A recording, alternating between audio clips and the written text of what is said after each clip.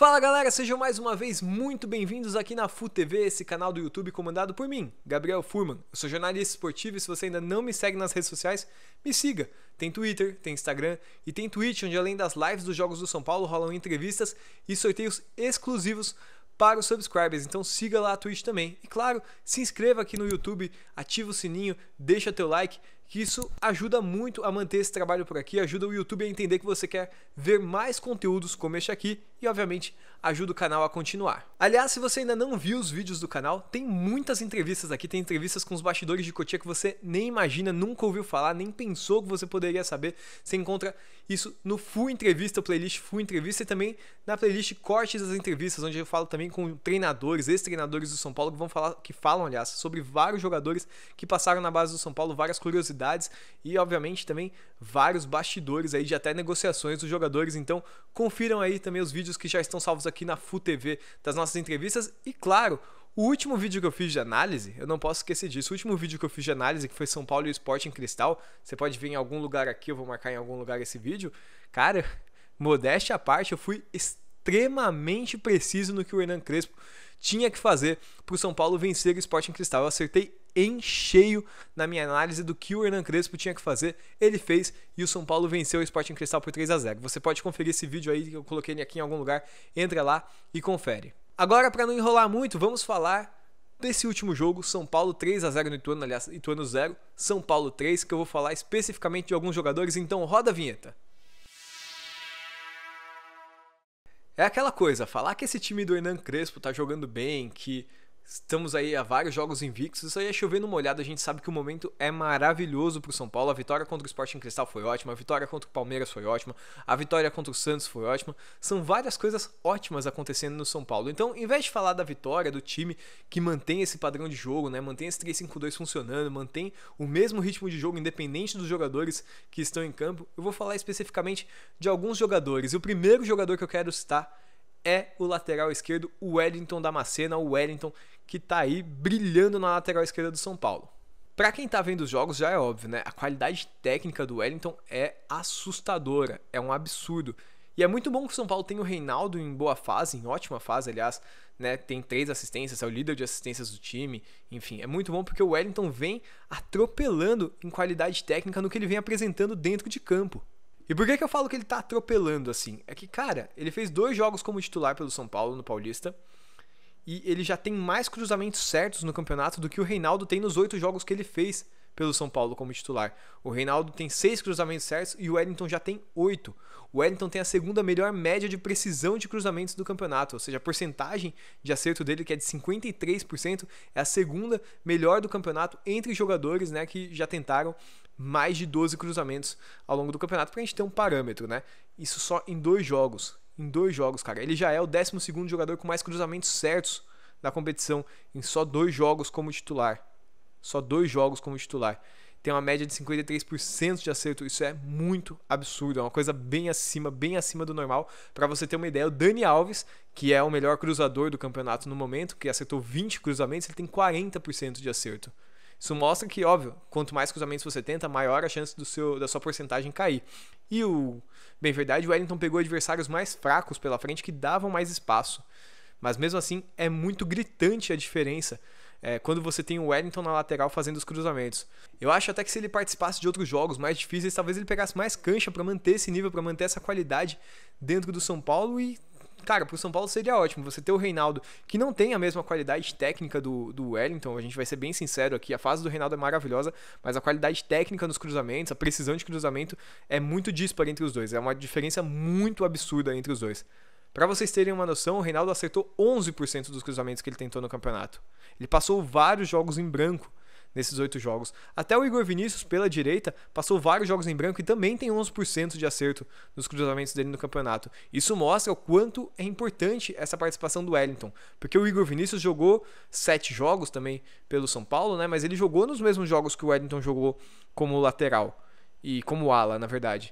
e a precisão é muito diferente. Isso mostra o tamanho desse papel do Wellington no time e como ele tem sido importante, como ele tem sido acima da média nesses números. É também bom a gente ressaltar que o número de perda de posse de bola do Wellington é bem baixo para a posição dele, pelo tanto de toques na bola que a posição dele dá em um time como o do São Paulo, né, que joga dessa forma como o São Paulo joga. Porque ele e o Dani Alves, quando em campo, né, os laterais, os alas, vão ser sempre os jogadores que mais vão tocar na bola depois dos zagueiros no time do São Paulo. E ainda assim a perda de posse de bola dele fica em 9,8 perdas de posse de bola por jogo. É bem baixo esse número se você comparar, por exemplo, com o Reinaldo, que tem uma média de 19,8 e é o segundo jogador que mais perdeu a posse de bola no campeonato. Você vê a diferença técnica. Isso eu não estou falando que o Reinaldo é ruim, que o Reinaldo é um lixo, que ele não presta, que ele não serve. Mas são jogadores aí de qualidades técnicas bastante diferentes.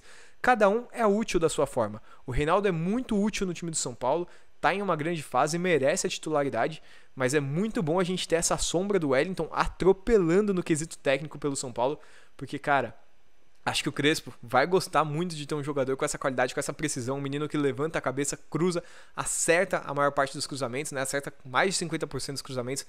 Quem não quer isso no time, cara? Quem não quer isso? O momento do Wellington é também maravilhoso, assim como o do Reinaldo. São Paulo tem aí 2 laterais esquerdos para atuarem como titulares sem sofrer nem um pouco. Outro jogador que eu quero destacar nessa partida é o Diego Costa, porque muita gente já vinha criticando ele, muita gente já vinha botando uma pá de cal na carreira do Diego Costa, que eu acho um baita de um absurdo você fazer isso com um menino de 21 anos de idade, 22 anos de idade, aliás, que já mostrou qualidade no ano anterior, teve bons e maus momentos, oscilações são normais, ainda por cima para um zagueiro de 22 anos de idade, e ele foi muito bem contra o Ituano. Para começar, ele liderou a partida em cortes, em desarmes, em interceptações, quase todos os números defensivos. O Diego Costa foi o melhor jogador do São Paulo na partida contra o Ituano. Isso já diz bastante. Ele também errou pouquíssimos passos, ficou ali acima dos 80% de média. Ainda, né, poderia ter ficado acima dos 90% se ele estivesse na posição do Rodrigo, que estava como um líbero e só distribuiu o jogo para o Diego ou para o Léo, mas ele pela lateral ele tem que buscar mais o jogo, ele tem que chamar o Galhardo, ele tem que chamar o Igor Vinícius, né? No caso o Galhardo dessa vez foi de atacante e a gente vai falar sobre ele, mas o Diego Costa foi muito bem na partida, tá recuperando a confiança, é um bom jogador. A gente vai ter o retorno do Valse ainda no São Paulo, a gente espera um dia que o Valse retorne e possa atuar pelo São Paulo, mas o Diego Costa foi muito bem, então eu quero ressaltar aqui, né, esse ganho de confiança do Diego Costa que é tão importante para o São Paulo, acho que pode fazer toda a diferença no São Paulo e na carreira dele. O Rodrigo foi bem também, bem seguro ali como um líbero, não precisando sair jogando tanto, né, que não é tanto a dele, ele não tem essa qualidade técnica para sair jogando. O Diego, que já foi volante, até tem, se perde ainda algumas vezes, mas até tem essa qualidade. E a gente tem 2 zagueiros vindo aí, né, o Luizão e o Beraldo, que podem atuar pela esquerda e são bem importantes nessa saída de bola. Como eu falei, a gente vai falar do Galhardo por aqui também, porque eu gostei muito da partida dele, mas eu gostei mais do posicionamento dele até do que da partida. Vocês que acompanharam o Galhardo na base sabem que o Galhardo não é um ponta, ele não atuava como ponta, raramente, pouquíssimas vezes ele foi usado como ponta, ele foi muito mais vezes usado ali como um segundo atacante, fazendo uma função parecida com a do Luciano. Essa é a posição onde o Galhardo apareceu mais, e hoje, né, ontem ele atuou ali mais no ataque, mais à frente, apareceu muito bem, fez 2 gols, um dele pra mim anulado de uma forma esquisita, impressionante como eles conseguem enxergar essas coisas contra o São Paulo, mas eu realmente não consegui ver o Thales a ser o último a tocar na bola. Pra mim pareceu ainda que foi o jogador do Ituano, mas se foi o Thales o último a tocar na bola, realmente está impedido o jogador de São Paulo que vai disputar ela. Mas é muito estranho, né? Estranho não, é chato, né? Porque ele fez 2 gols na partida e esse gol que ele faz, o gol que o Igor Vinícius dá assistência para ele, que assistência magistral do Igor Vinícius, corta a marcação, encontra o passe no corte da zaga ali, no facão atrás da zaga, maravilhoso. O segundo gol ele acompanhando ali, o Igor Gomes acaba marcando pelo São Paulo. Que partida boa dele, eu gosto de ver ele de atacante porque ele pode ser esse jogador sim que vai substituir o Luciano, que vai fazer a função que o Luciano fazia. Quando o Luciano não estiver disponível, quando ele estiver num mau momento, como é agora, né? O Crespo até falou da situação psicológica do Luciano, enfim, que ele não está num momento fácil de vida, né, pessoal, e primeiro, é muito legal ouvir o Crespo falar isso, que ele primeiro está focado em resolver isso, em melhorar, em ajudar, em apoiar e dar esse suporte pro Luciano. E a gente vê, né, durante o jogo ele tem um peso, ele quer descarregar alguma coisa ali, a gente vê esse peso nele. É um grande jogador, é um jogador que se dedicou e se dedica muito ao São Paulo, merece todo o tempo e toda a paciência e principalmente todo o apoio para chegar lá. Mas o Galhardo, enquanto o Luciano não está no seu melhor momento, ele vive um grande momento, entrou bem, fez o gol e pode atuar justamente nessa função. E é uma coisa que pode dar muito certo com o Éder, porque o Éder deu certo com o Alex Teixeira na China, jogando justamente assim, com os dois se movimentando bastante. Então o Galhardo pode aparecer muito bem ao longo da temporada aí pelo São Paulo.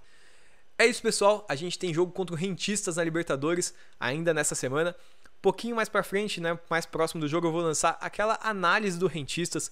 Mas eu adianto, cara, o São Paulo tem obrigação de vencer o Rentistas aqui no Morumbi. O jogo vai ser dos caras marcando lá atrás, totalmente defensivos. Vai ser isso que vai acontecer. Eles vão buscar uma bola, principalmente lançamentos e contra-ataque. Mas o São Paulo tem obrigação de vencer o Rentistas. Esse jogo também é chave. O São Paulo tem que vencer o Rentistas aqui no Morumbi. É obrigação, sim. É chato cobrar dessa forma, infelizmente, mas com o que o São Paulo vem jogando, não deve ter tanta dificuldade para passar pelo Rentistas. Vai ter que furar um bloqueio, vai ter que se ligar com um contra-ataque rápido deles ali, mas tem tudo para vencer o Rentistas. A gente se fala então ao longo dessa semana. Acompanhe em todas as redes sociais, assista os vídeos que estão aqui no canal. Muito obrigado, gente. Até a próxima. Falou!